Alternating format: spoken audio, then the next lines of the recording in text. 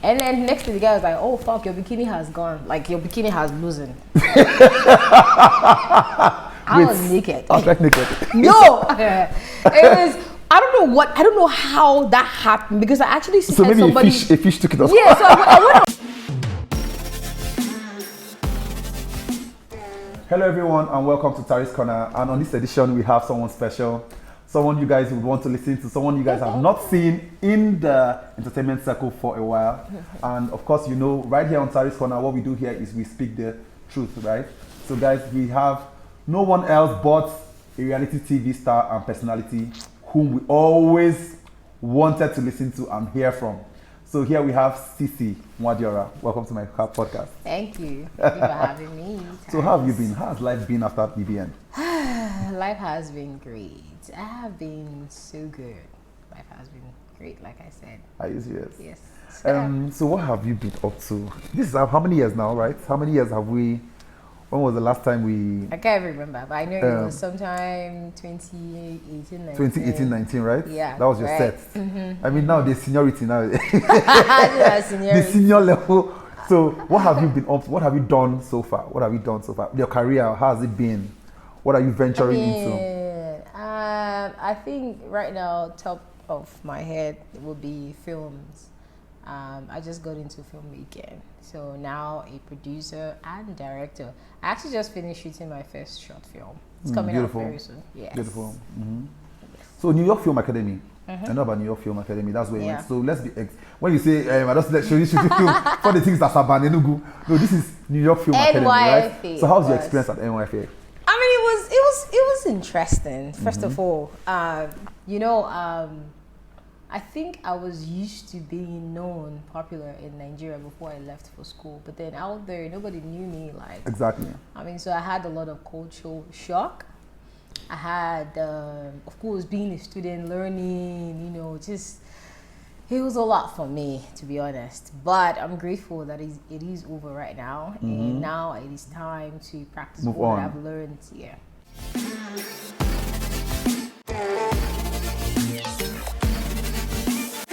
What is it about the experience in BB Nigeria, right? This is something that launched you. I mean, you can't talk about your career without talking about your reality show or the reality show that brought you to limelight, right? So, what is the narrative that goes around? Like, people needed to sort themselves to get to the house. People needed to pay to get into the house. You know, I mean, what was the narrative for you? How did you get in? I want you to really explain. I think I've heard this exact statement from so many people, even before I got on the show. I remember during one of the stages of the audition, somebody came to tell me that, oh, CeCe, this is a time that you have to, it's about who you know and all of that before you. Yeah. And to be honest, all those things, it's nonsense. It's bullshit. I don't know if people are sorting. I don't even think that's possible. But for me, trust me, go there, do your thing. If they want you, they're going to call you. So your opinion is free and fair? I'm telling you straight up. I didn't know no one before the show, so I don't believe in insulting anything. Go there, do your thing. If they want you, they know who they're looking for. They know the people they are looking for, and if you're lucky enough to fall into that category, of course, straight up. So you're one of the housemates that came out with a brand, and it was a banger. I can't forget Sega. I will never forget Sega. So I knew I was going to ask this question. How has Sega been? That's something, because I'm a designer myself on the side, and I know what it is to push out a brand and for people to actually patronize you. And that brand, trust me, was top notch. So how has Sega been? It's doing great, very great. Maybe it's a little bit slower than I wanted it to be, but that's because business in Nigeria is not easy. If you're importing anything, you know how tough it is. And I don't produce in Nigeria, which is something that the dollar increase, it's really difficult. But I'm also grateful that I've actually been able to, I have a system that works for me, so it's a little bit easier. But Sega is doing great. I'm very happy that I did it when I did it, because I think it's one of the best decisions that I made. Yeah. Talking about the best decision you've made, do you think being in Nigeria is one of the best decisions you've made? Do you want to relocate? Do you have plans to relocate? Do you plan to remain here? Nigeria is tough. I don't lie. Nigeria is tough. But yeah, the only reason why I haven't seriously considered relocation is because obviously I don't want to relocate. Then when I get married, I have to relocate again somewhere else. So wherever I'm moving to now is my husband's base. So from here to wherever my husband says. Wherever, I know he's not going to be in Nigeria. Obviously. I know he's not going to be in Nigeria. Let me put it that way. So yeah. But are you impressed with the Nigerian movie industry? Being honest, I mean, this is something that you're going into big time. Like, are you impressed with the Nigerian movie industry? Yes. Not like I'm impressed, but that I think I'm impressed. I think so far I've seen I see where Nollywood is heading to, and to be honest, it's a wonderful time to be, it's just I'm just happy seeing that Nollywood is no longer the Nollywood we used to know. Yeah. The movies now, they're deeper than, they're not just drama. More depth.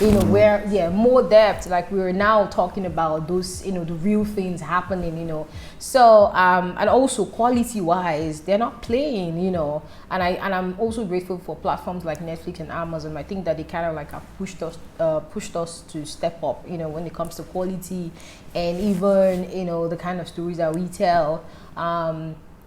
So to be honest, I see where Nollywood is going to, and I'm happy, and I'm also happy to be part of it, like to be a filmmaker at this time. Yes, of course. So what are the challenges you face as a filmmaker? It's money or funds. Because before I went to film school, I used to think that just come out and you just start dropping them, dropping the movies. But it's not easy to even produce one movie. Like I just finished a short film, and I know how much, and it was self-sponsored. I know how much I paid, how much I spent, and just for a short film, or not even I wish we have like other ways, like methods of getting like funds to actually tell the stories that we want to tell, or actually deliver the kind of quality that we want to deliver. Not, because when you're sponsoring these things yourself, you see yourself trying to, because it's a lot. That's a lot, to be honest. And I feel like a lot of bodies need to come in, come in to fund most of these movie projects. I hope so. But until then, we're gonna keep pushing, move. Do you have anyone on ground? Do you have anyone you're planning to launch? I have a few production companies that we're already having conversations, but again, it's not also just about the money. You have to have all the things that you're bringing to the table before I can even consider working with you. And I have the kind of stories I like to tell, so we have to be in alignment when it comes to our vision, our values, and the kind of story that we want. So you're particular about the story? Yeah, I'm very particular about it. What about acting? Have you ever thought about acting? I enjoy acting. I think I enjoy acting. I don't think I'm a fantastic actress anyway, but I like your honesty. For them, I like the idea of actually stepping into a different character. So it's interesting, and I'm not going. But for now, your part is more like you like to act from behind the scene, production. Behind the scene, that's where I come alive. So you pay the actors, boss lady. So this other segment, man, I think we're going to have tea.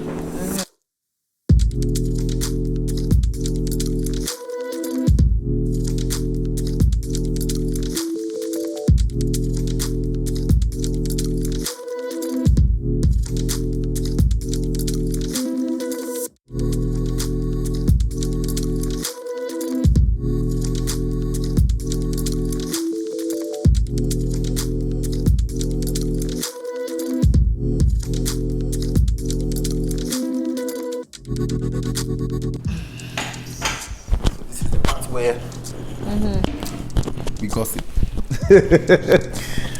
So, do you plan on relocating to Abuja?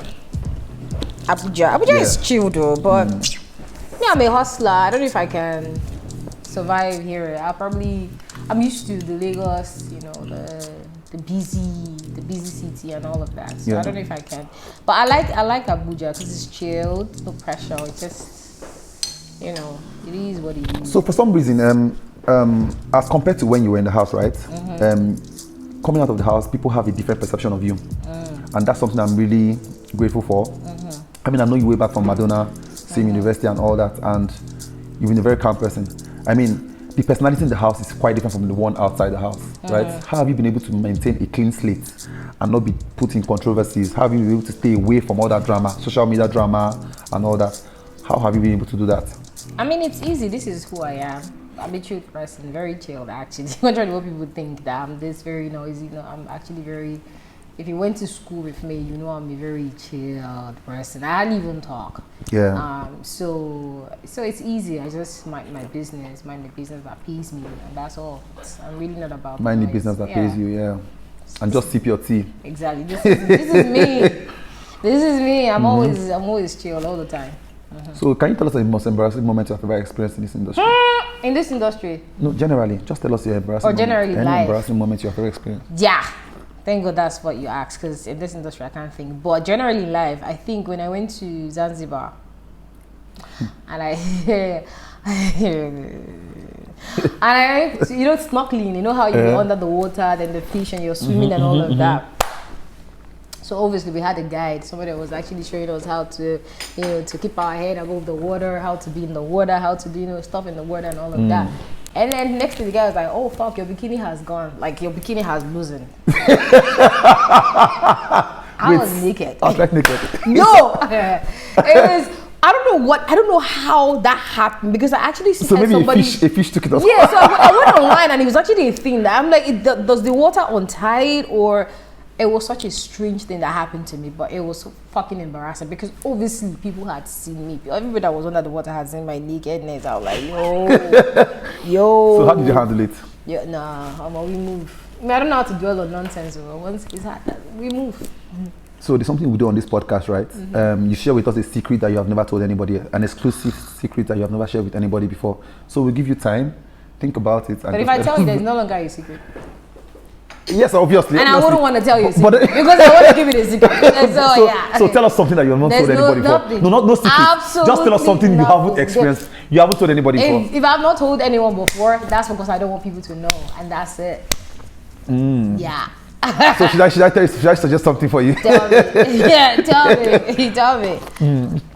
I can't even think of anything in my head. Exactly. Nothing off my head. Me, I have no secrets. Open, like clean, like this is what you see, what you get.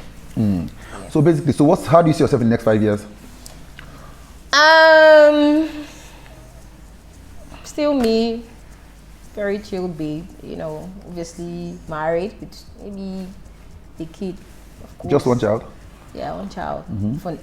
5 years, but I'm gonna definitely have 2 kids in general. But definitely married, definitely with one child. And obviously excelling in my filmmaking and my other businesses that I would definitely venture into. So yeah. Filmmaking, probably acting, and a couple of other things. Yeah, acting maybe, but I'm not really chasing. I'm not actively chasing acting. I'm not really. It's not really. I prefer being behind the camera. Behind the camera. Prefer that. But yeah, I'm not saying no to acting. But so thank you very much for joining us on Tari's podcast. Thank you so much for having me today. Tari's. Thank you for having Tari's Corner. We hope to have you again. So thank you very much, guys. Thank you for tuning in. And this is Tari's Corner.